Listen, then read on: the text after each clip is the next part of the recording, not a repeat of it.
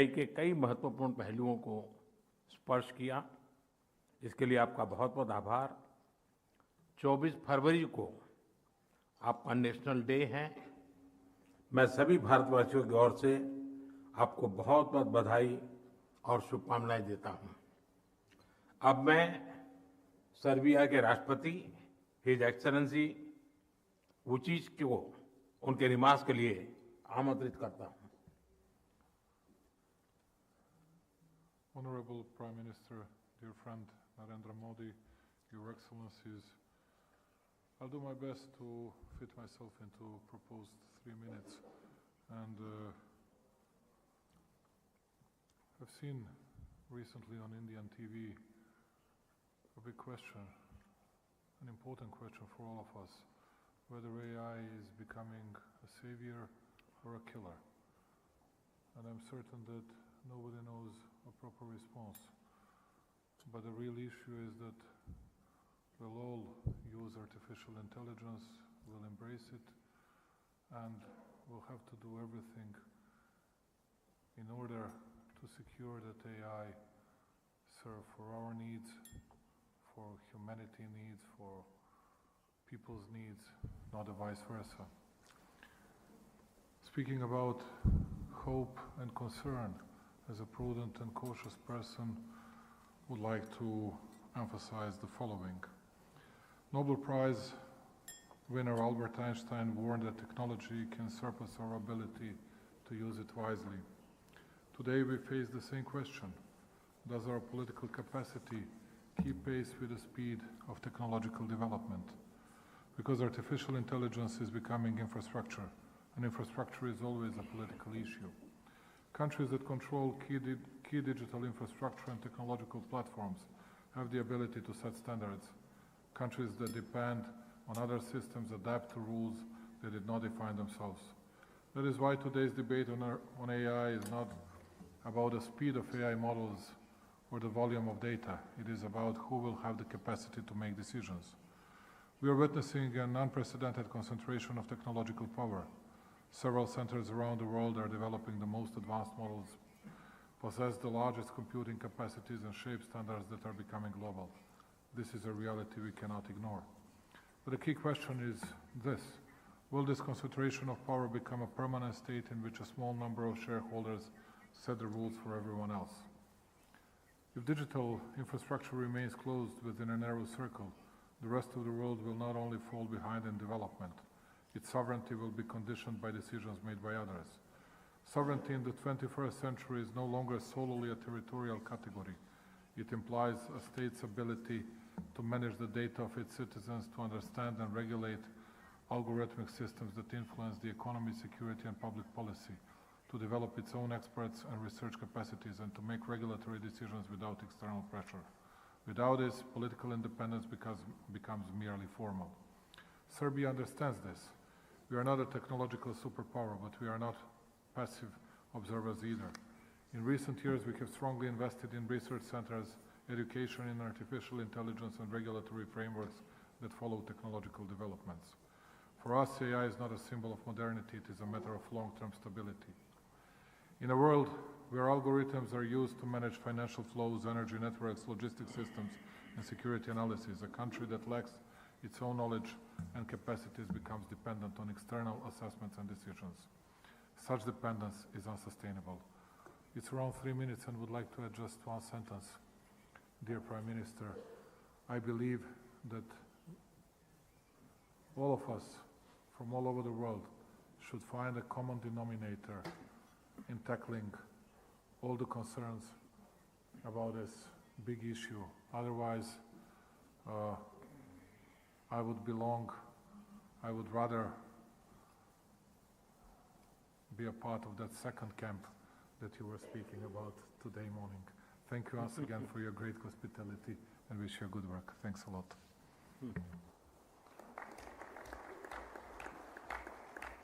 राष्ट्रपति जी, आपके सकारात्मक विचारों के लिए बहुत बहुत धन्यवाद। 15 फरवरी को सर्बिया का स्टेटहुड डे मनाया गया।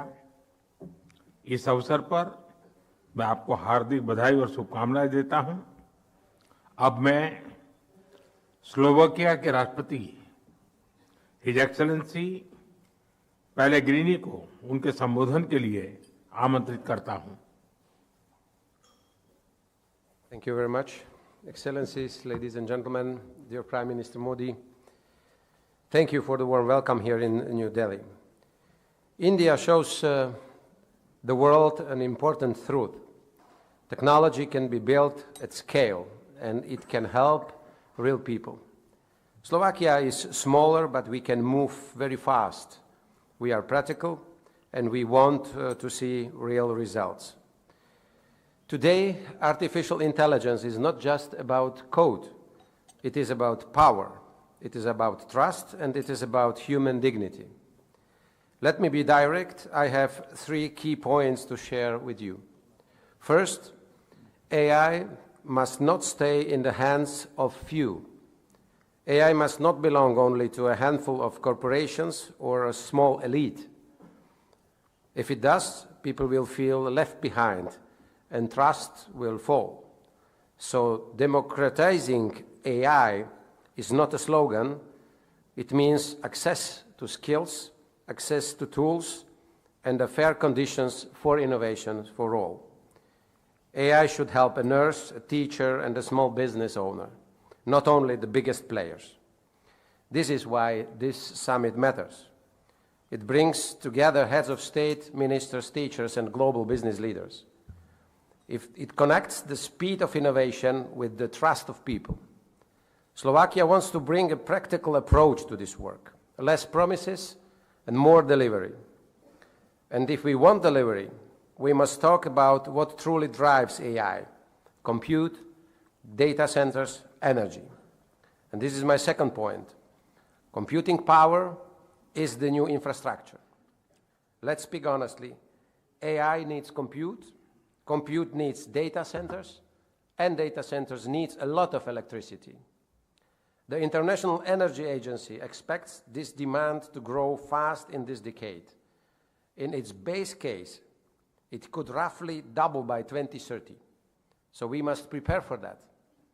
This is where Slovakia has a very strong position.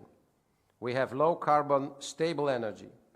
Our energy mix is based primarily on nuclear power, over 60% out of our production, and the rest of hydropower. And there is another point, it is strategic. AI capability and resilience increasingly depend on where trusted compute is physically located and how it is governed. Sensitive data must stay under clear legal protection. That is why jurisdiction matters. And we are moving from talk to implementation. Work on AI Factory project in Slovakia, built on the newest generation of GPU chips, is progressing very fast, and we want to make it real very soon in this year. This places Slovakia among early movers in our region in building sovereign AI infrastructure. Instead of exporting electricity as a raw commodity, we want to turn our energy in niche into a digital export with higher value, and we want to build a local AI ecosystem around it. And now let me move on to my third point, education and real use, not just words. In AI, the world does not need more words. The world does not need more words. It needs results. Slovakia is building capacity to use AI in key sectors. We do it as a part of our digital transformation work and our AI vision work. In November 2025, Slovakia held the Bratislava AI Forum together with the OECD. It focused on AI and education, and it confirmed my belief: if we want safe and useful AI, education must lead the way. That is why I'm here today also with our Minister of Education, because we take this topic very, very seriously. We see clear areas with the real public value: healthcare. AI can support better decision and earlier detection. Education, AI can support teachers and skills for the future. Public services, AI can help services work faster and better. And we are building also compute at home. In November 2025, Slovakia launched the supercomputer with the name Perun as part of our national high-performance computing capacity. This computer gives Slovakia serious compute at home. It is built for AI, simulations, and big data. It can support projects such as training AI models, image recognition, and large language models. Ladies and gentlemen, AI can speed up processes, but responsibility must always remain with the human being. The future of AI will not be decided only by faster models. It will be decided by the character of our choices. Slovakia's offer is very simple: low carbon energy, growing compute infrastructure, and a focus on trust and responsibility. Let us work together, governments, businesses, and researchers, and human-centered AI that people can trust. And let us measure success not in teraflops, but in lives improved. Thank you very much.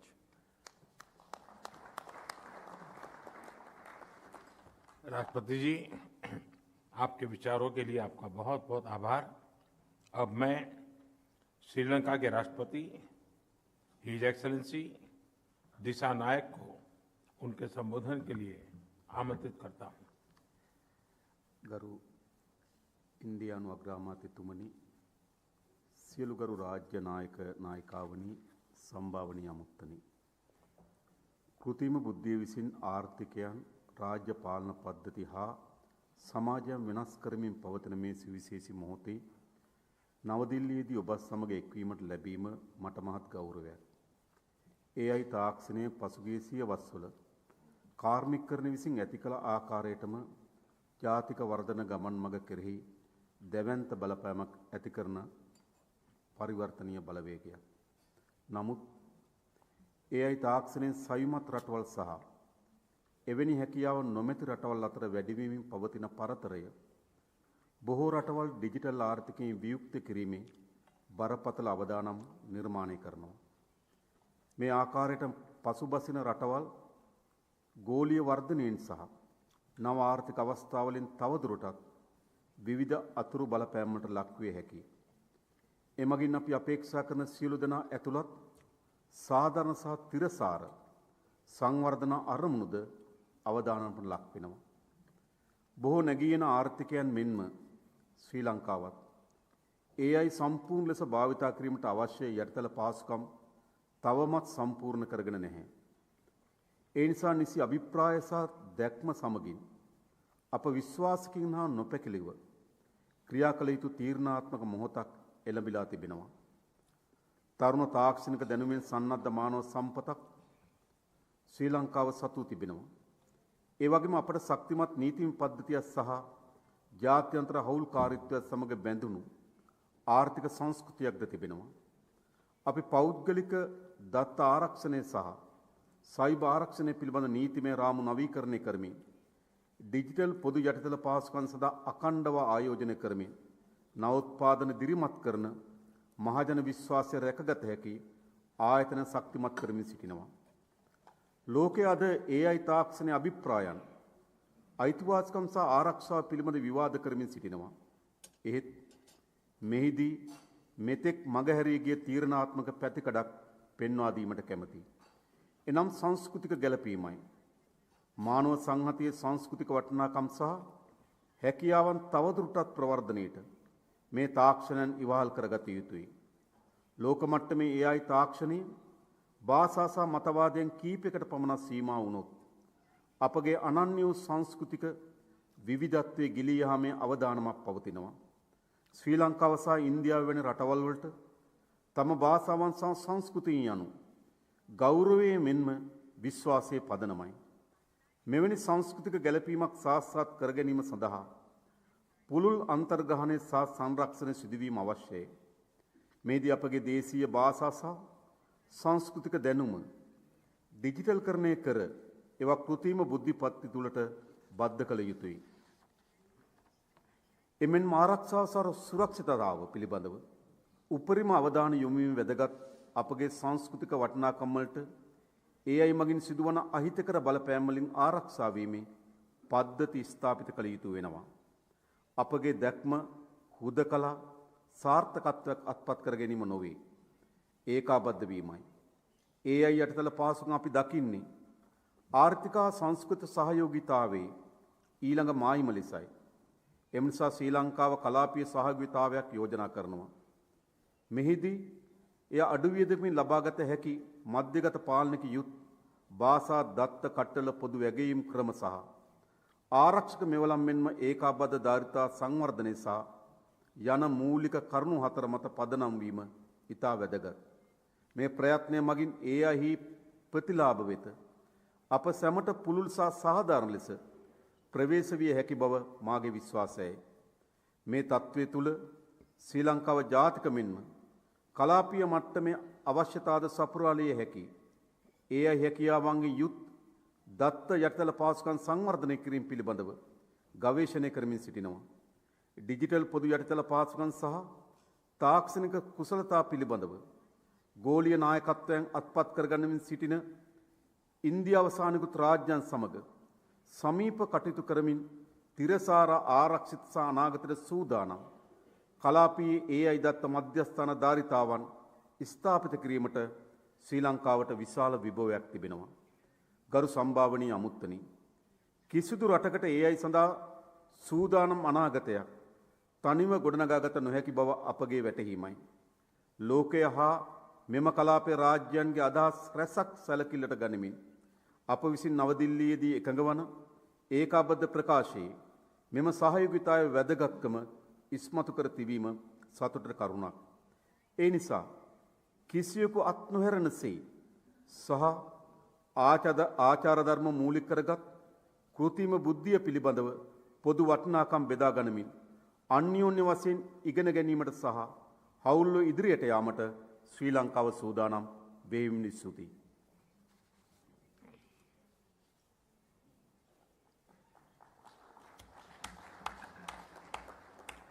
Excellency, AI के विषय में हम श्रीलंका जैसे पड़ोसी और मित्र देश के साथ जरूर मिलकर आगे बढ़ेंगे। आपके विचारों के लिए मैं आपका आभार व्यक्त करता हूं। अब मैं स्विट्जरलैंड के राष्ट्रपति हिज एक्सेलेंसी पार्मेला को उनके रिमार्क्स के लिए आमंत्रित करता हूं।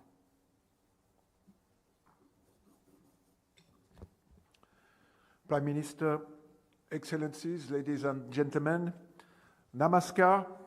Thank you for inviting me to this important summit. It is an honor to be here in India at this pivotal moment for global AI governance.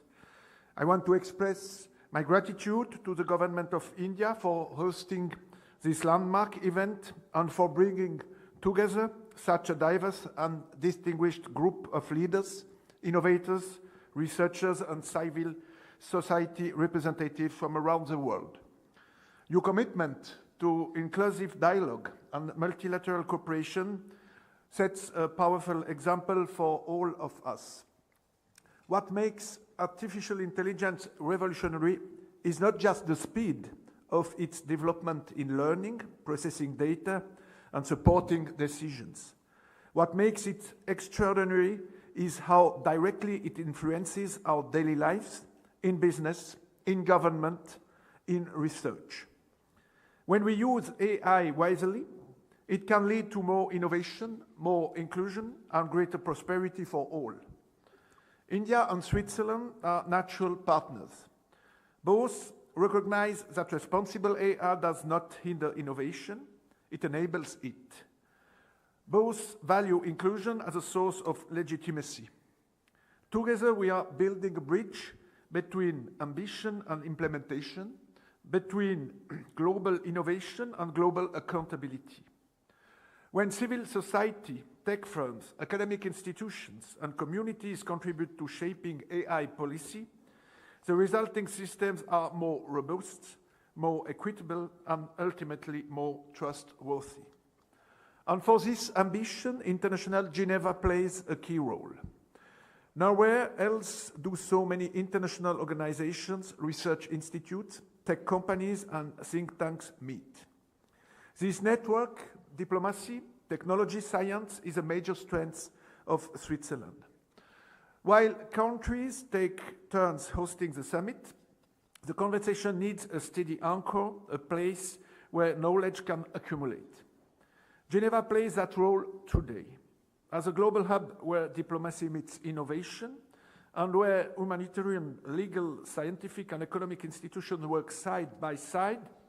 It offers an environment where AI governance can mature over time. This anchoring power rests on an ecosystem that goes far beyond venues and institutions. Geneva stands at the epicenter of multilateralism, hosting the International Telecommunication Union and a remarkable array of specialized agencies advancing digital transformation.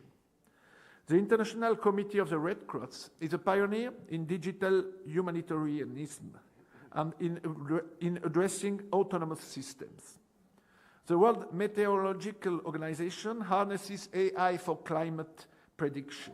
The International Labour Organization explores AI's impact on the future of work. The World Intellectual Property Organization addresses AI and intellectual property rights. Today, I'm pleased to announce that Switzerland is ready and committed to host the AI Summit in Geneva in 2027. From the previous summits in Bletchley, Seoul, and Paris, to here in India, and on to Switzerland, an arc is being drawn, a continuous journey leading to responsible AI governance. So Switzerland is looking forward to hosting the 2027 AI Summit in Geneva and to working with the subsequent incoming host of the 2028 AI Summit, the United Arab Emirates, as partner for the Geneva Summit. There is an ancient Indian philosophy that teaches us that we need a collective approach to achieve shared goals. Vasu Dainara Kutum Bakam. The world is one family. Dania Awad, thank you.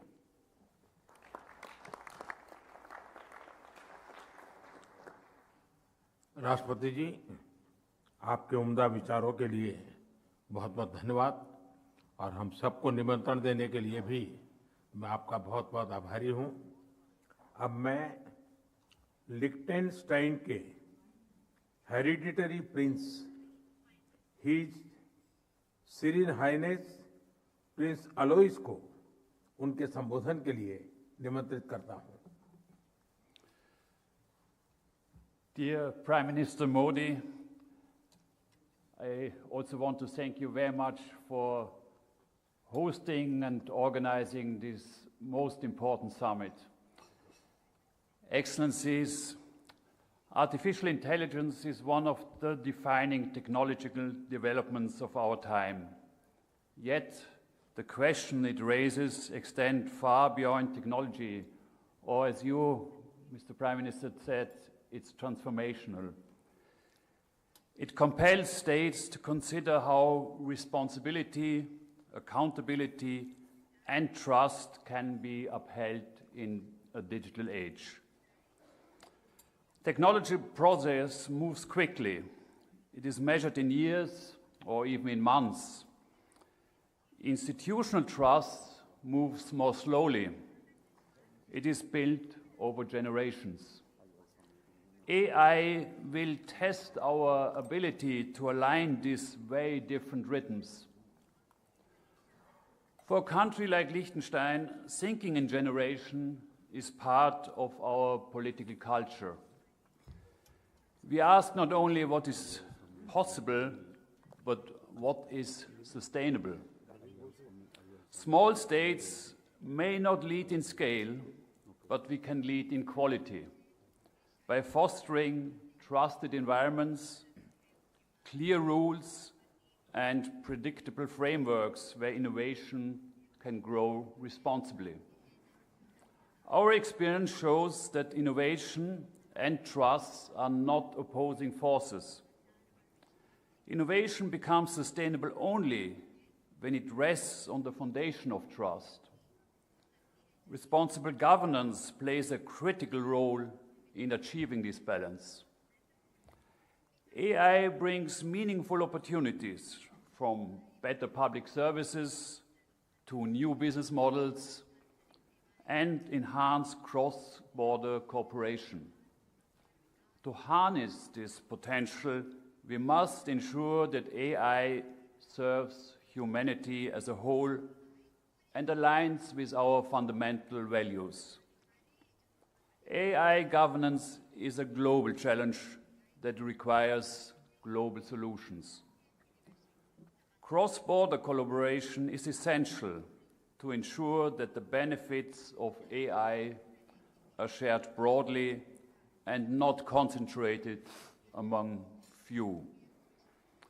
Liechtenstein supports international cooperation to ensure that AI development is guided by responsibility and trust. We value open dialogue between policymakers, scientists, and industry to develop ethical and sustainable AI solutions. In this spirit, I thank India for convening this important summit and for creating the space for such dialogue. Excellencies, technology should never be an end in itself. It must serve the well-being of people and societies. The true measure of AI's success is whether it sustainably supports our societies today and the generations to come. I thank you.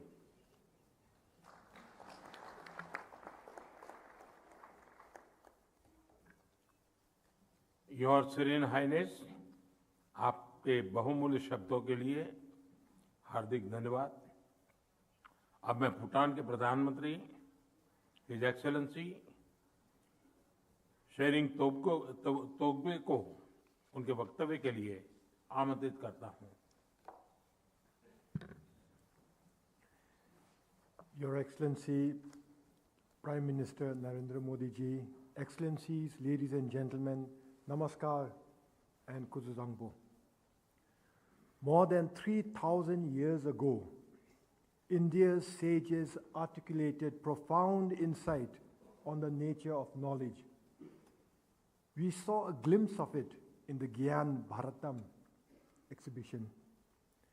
In Chapter 1, Section 1, Verse 4 of the Mundaka Upanishad, for instance, these sages declared, Dve vidde vedittave iti hasma yada brahma vido vadanti para chaiva aparacha.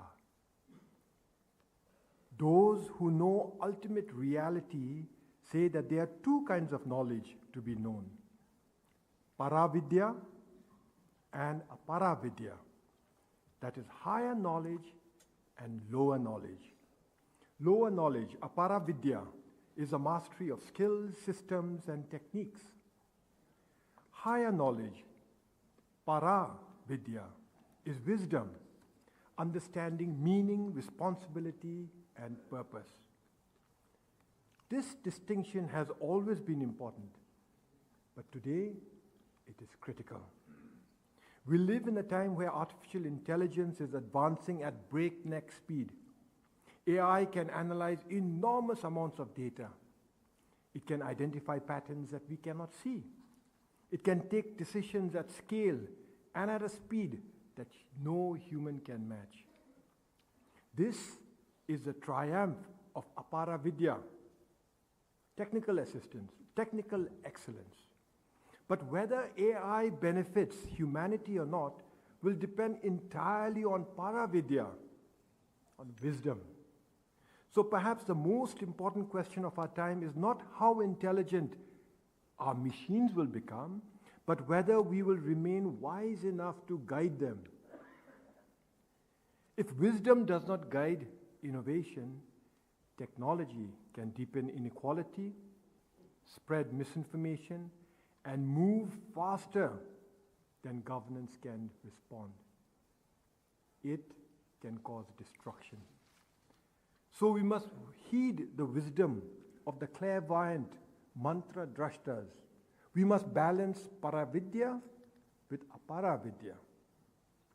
And where better to reflect on this balance than here in India, the birthplace of this profound insight? And who better to help lead this conversation than Your Excellency, Prime Minister Narendra Modi ji, my elder brother, a spiritual master whose leadership reflects the confidence of a civilization rooted in ancient wisdom. This is why Bhutan is proud to walk alongside India as you shape the future of a responsible and inclusive AI. In this shared journey, we have many opportunities for collaboration. Allow me very quickly to highlight two areas that may be especially relevant. The first one is energy. Artificial intelligence requires enormous computational capacity, which in turn requires unprecedented amounts of energy. Bhutan's hydropower has long been a symbol of partnership between our two countries, India and Bhutan. We are deeply grateful to the government of India for decades of steadfast cooperation built on trust and mutual benefit. Today, we see new possibilities as we expand our renewable energy portfolio by including partnerships with leading Indian companies such as Tata Power and Adani Power. But we have opportunities to welcome many more from India and beyond. Clean energy powers homes and industry. Now this clean renewable energy is poised to drive the next generation of digital infrastructure and AI innovation, not just in Bhutan, but in our region. The second area for collaboration is the Gelifu Mindfulness City, or GMC. Under the visionary leadership of His Majesty the King, and with the steadfast support of Prime Minister Narendra Modi ji, Bhutan has established the Gelifu Mindfulness City, a city as a hub for sustainable innovation and responsible enterprise. Powered by abundant, clean, renewable energy, GMC is designed to attract energy-intensive industries, including green data centers and AI research, enabling advanced technologies to scale on a foundation of clean, renewable power. It is our vision to create a space where compute capacity grows not at the expense of the planet, but in harmony with it, guided by environmental stewardship, ethical responsibility, and Bhutan's value-based development philosophy. This is AI with purpose, not AI without limits. A technological sanctuary where higher wisdom shapes technological capacity. My friends here, these are just two of the many areas where we can collaborate on responsible and inclusive AI. If you are interested to collaborate, let's meet here. My team, who you'll recognize by our national dress, my team will be happy to discuss green energy and data and AI compute center investment, design of Bhutan context SLM, sovereign compute and robotic platforms with you. And if we find that we are pressed for time, or if you're seeing this message online, especially to my Indian friends, this is a message especially to my Indian friends, come and visit us in Bhutan. If you need a personal invite, my email ID is ttopge@cabinet.gov.pt. Your Excellencies, the AI revolution will not wait for us. It will continue to move forward. The question is whether we shape it intentionally, guided by values of our ancient civilizations and the wisdom of the Upanishads, or whether we allow it to be driven by speed and scale without moral direction. History will not judge us by how advanced our technology was. It will judge us by whether that technology made our societies fairer, kinder, and more humane. And it is visionary and responsible leadership that ensures such progress serves all of humanity. I see this leadership in Prime Minister Narendra Modi ji. My elder brother, you are a Brahmavid, and as such, It is a privilege for Bhutan to stand by India's side as we embark on a journey together to realize the Mana vision for AI. A vision that will ensure that AI means prosperity for all, that AI means happiness for all. Thank you very much, and Tashidale.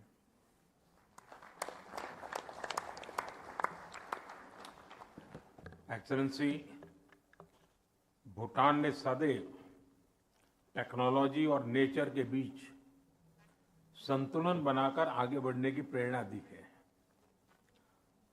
अपने विचार साझा करने के लिए मैं आपका बहुत बहुत धन्यवाद करता हूं। अब मैं बोलिविया के उपराष्ट्रपति हिज एक्सेलेंसी मोंतानिया को उनके संबोधन के लिए आमंत्रित करता हूं।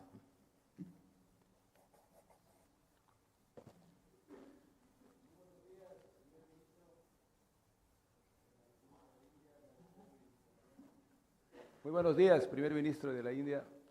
Agradecer la invitación, saludar a todas sus excelencias, jefes de Estado y líderes presentes.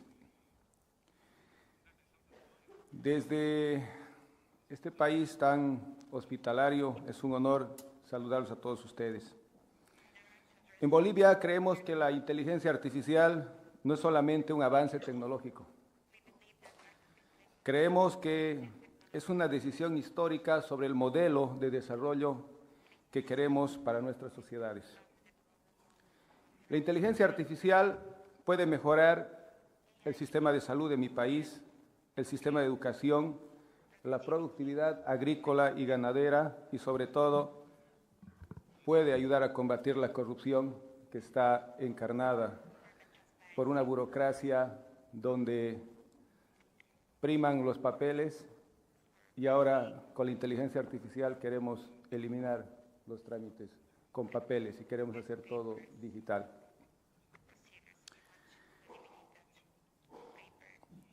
El Estado Plurinacional de Bolivia tiene una oportunidad importante de cerrar brechas y acelerar el progreso de nuestra nación. Por eso defendemos una inteligencia artificial, pero con 3 principios fundamentales: la dignidad humana, la cooperación internacional y un desarrollo sostenible. La innovación tecnológica no puede ser para reemplazar a las personas, tampoco para excluirlas.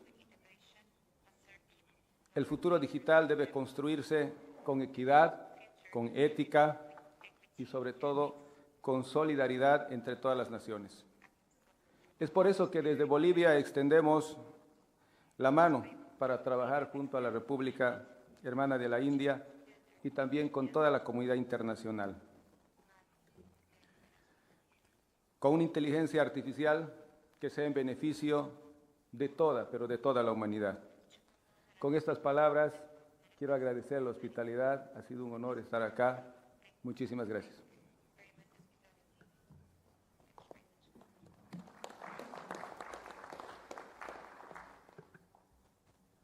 Excellency, आपने बहुत ही निर्धारित समय में अपनी बात पूरी की।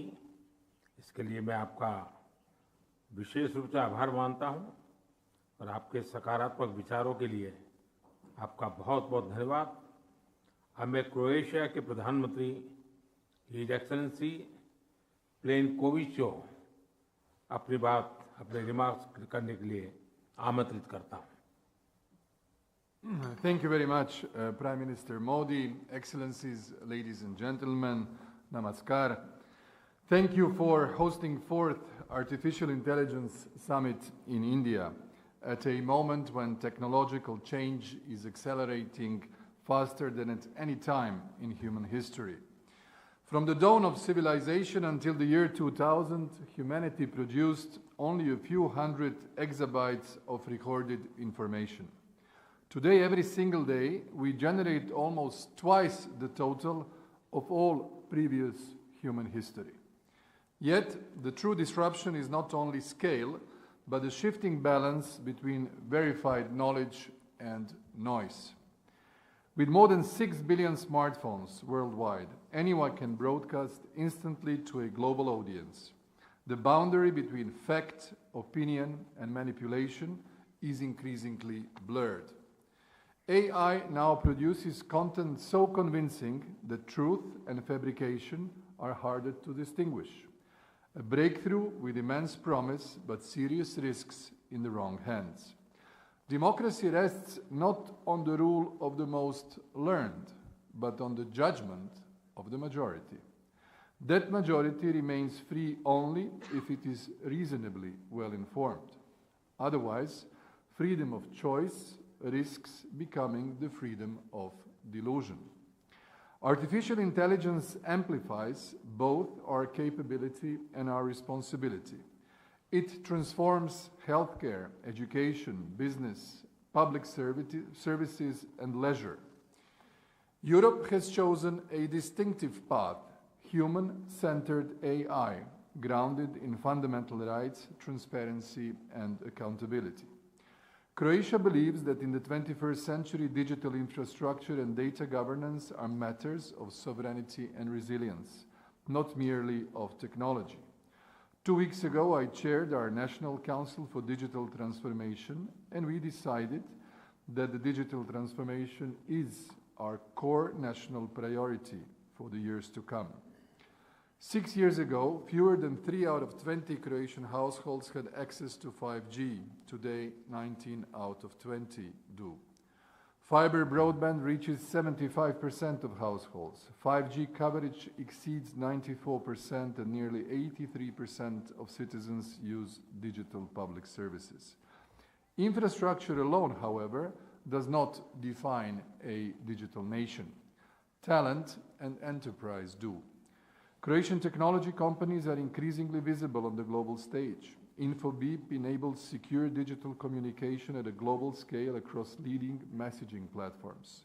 Rimac pioneers high-performance electric and autonomous mobility systems. Microblink delivers AI-driven computer vision used across financial and enterprise sectors. Gideon develops autonomous robots transforming global logistics. And Infinum designs and engineers complex digital and AI-enabled products for lending international brands.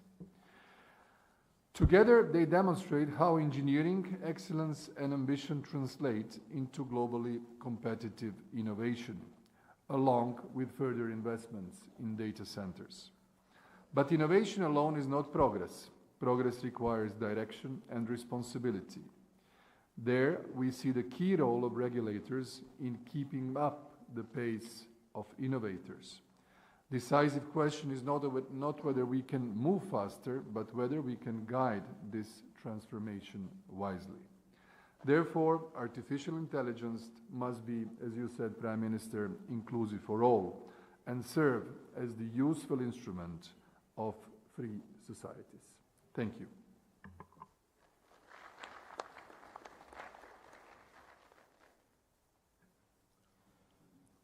Excellency, आपके महत्वपूर्ण विचारों के लिए आपका बहुत बहुत धन्यवाद। अब मैं फिनलैंड के प्रधानमंत्री हिज एक्सेलेंसी ऑर्पो को उनके संबोधन के लिए आमंत्रित करता हूं। Prime Minister Modi, Excellencies, first I would like to thank and congratulate Government and Prime Minister for making this summit reality. Namaste. It comes a crucial moment when the world urgently needs shared understanding, common rules, and political will for responsible use of AI. AI is not just a tool. It is becoming a foundation of competitiveness and strategic resilience. Finland and my government is firmly committed to advancing AI in ways that strengthening our economy, security, and our democratic societies. AI governance faces a fundamental challenge. Science moves faster than politics. That is precisely why we must act together with ambition and clarity, while keeping a human-centered and trustworthy vision at the core. In Europe, regulation must remain predictable and balanced, strong enough to safeguard our values, but smart enough to accelerate responsible technological process and fast industrial adoption. The AI race consists of multiple marathons, not just one sprint, and we are only at the starting line. AI must serve people, not the other way around. We must address the legitimate concerns our citizens raise. Trust in public administration is built on fairness and safety. We must also bring the public sector and technology innovators close together. When a public agency finds an AI company with the right solution, we create efficiency and better services for citizens. Finland is building a world-class AI ecosystem that spans research, infrastructure, and deployment. We host one of Europe's leading supercomputing environments, LUMI, world-class research talents such as the Ellis Institute and abundant clean computing power. Finland hosts one of the world's most eco-efficient data centers, powered by clean energy, with excess heat recycled into local communities. This demonstrates that technological leadership and sustainability can advance hand in hand. Finland welcomes the UN's new scientific panel and AI governance dialogue and values the strong voice of the global South, highlighted on the path from Paris to New Delhi. The choices made now will define the role of AI in our societies for decades. Let us choose openness, security, responsibility, and shared progress. Thank you.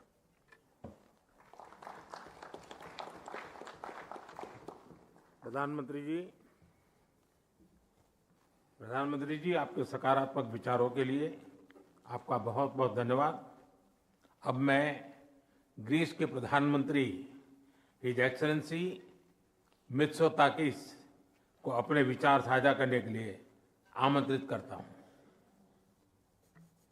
Thank you, Prime Minister, and let me begin by thanking you for hosting this very important summit and for placing India and the Global South at the very center of this global AI conversation. And the framing of this gathering that you chose around people, progress, and planet captures that artificial intelligence is not only a profound, a massive technological shift, but also a civilizational one. And the choices that we make today will determine whether AI expands opportunity or whether it deepens divides. Allow me to briefly offer three reflections. First, as many of you stated, the AI dividend must be broadly shared. Every technological revolution in the history of the world has created immense wealth. But history teaches us that the distribution of that wealth is never automatic. AI has the potential to unlock unprecedented scientific discovery, to dramatically improve healthcare, to strengthen education, to support climate resilience. But the question before us is simple. Who benefits apart from the big tech companies and their shareholders? Within our countries, governments must ensure that workers are reskilled, small businesses have access to AI tools, public services are upgraded, the farmer, the nurse, the teacher, the small entrepreneur must feel that this technology dividend is must feel this dividend in tangible ways. And concerns about significant labor displacement are legitimate and need to be addressed sooner rather than later. In Greece, we're moving in that direction as digitization has made public services much more accessible. The incorporation of AI in education will help narrow the learning divide, while advances in telemedicine, in predictive analytics, in personalized preventive care make healthcare much more proactive, shifting it from treatment in hospitals to prevention at home and improving the quality of life for all citizens. And among countries, we must avoid a world where access to compute, to data and talent is concentrated in only a few geographies. And AI cannot be a story of digital concentration. It must be a story of digital inclusion. My second observation, the state itself must improve. Technology is advancing at extraordinary speeds, but too often our public institutions are operating on an outdated operating system and rules. And if we want AI to serve society, governments must significantly update their own software. Public procurement frameworks designed for the industrial age are not fit for the AI age. And we need them to be faster, outcome-oriented, and more open to startups and innovators. Public administrations must invest in their own capacity, digital talent, data infrastructure, and AI literacy across ministries. This is not just about running a few pilots. We must move from experimentation to implementation at scale, as you have done, Prime Minister Modi, very successfully in India. And the countries that succeed in AI will not simply be those that build powerful models, but those that build capable states.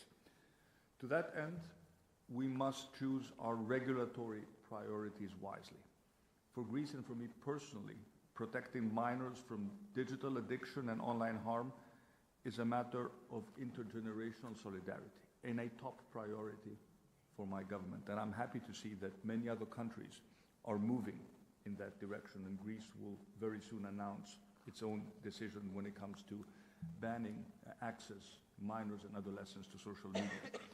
But this goes hand in hand with our democratic responsibility to ensure, as the Prime Minister of Croatia mentioned, that technology strengthens the public square rather than overwhelms us with disinformation and hate. I'm all in favor of extensive dialogue with the big technology companies, but we need to be aware that if that dialogue does not produce concrete results, regulation will be the only answer. Finally, AI's geopolitical impact should tilt towards conversion. AI is not just about code and compute, it's part of national power, and interdependencies are embedded in the AI stack, from semiconductors